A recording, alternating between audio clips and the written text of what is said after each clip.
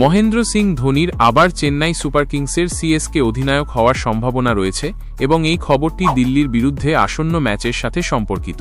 ঋতুরাজ গায়কোয়াড়, যিনি সিএসকের সবচেয়ে ফর্মে থাকা খেলোয়াড়, তিনি সম্ভবত চোট পেয়েছেন। যদি তিনি খেলার জন্য ফিট না হন, তবে ধোনি অধিনায়কত্ব নিতে পারেন। ধোনির অধিনায়ক হওয়ার আশা রয়েছে কারণ তার অভিজ্ঞতা এবং নেতৃত্ব সিএসকের জন্য গুরুত্বপূর্ণ হতে পারে। তবে প্রশ্ন হচ্ছে, ঋতুরাজের পরিবর্তে এটি কি সঠিক সিদ্ধান্ত হবে? সিএসকে সম্প্রতি কয়েকটি ম্যাচ হেরেছে এবং অনেক ভক্ত মনে করেন যে দলটি শীর্ষ 4-এ পৌঁছাতে পারবে না। ধোনির অধিনায়কত্বের মাধ্যমে সিএসকে হয়তো ভাগ্য ফেরাতে পারে, তবে দলের ফর্ম চিন্তার বিষয়। ধোনির 200 ম্যাচের অধিনায়কত্বের অভিজ্ঞতা এবং রেকর্ড দেখে কিছু ভক্ত খুশি, আবার কিছু মানুষ ঋতুরাজের জায়গা নিয়ে চিন্তিত। এখন দেখার বিষয় সিএসকে দিল্লির বিরুদ্ধে কি ফলাফল করে। এই বিষয়ে কিছু অতিরিক্ত তথ্য।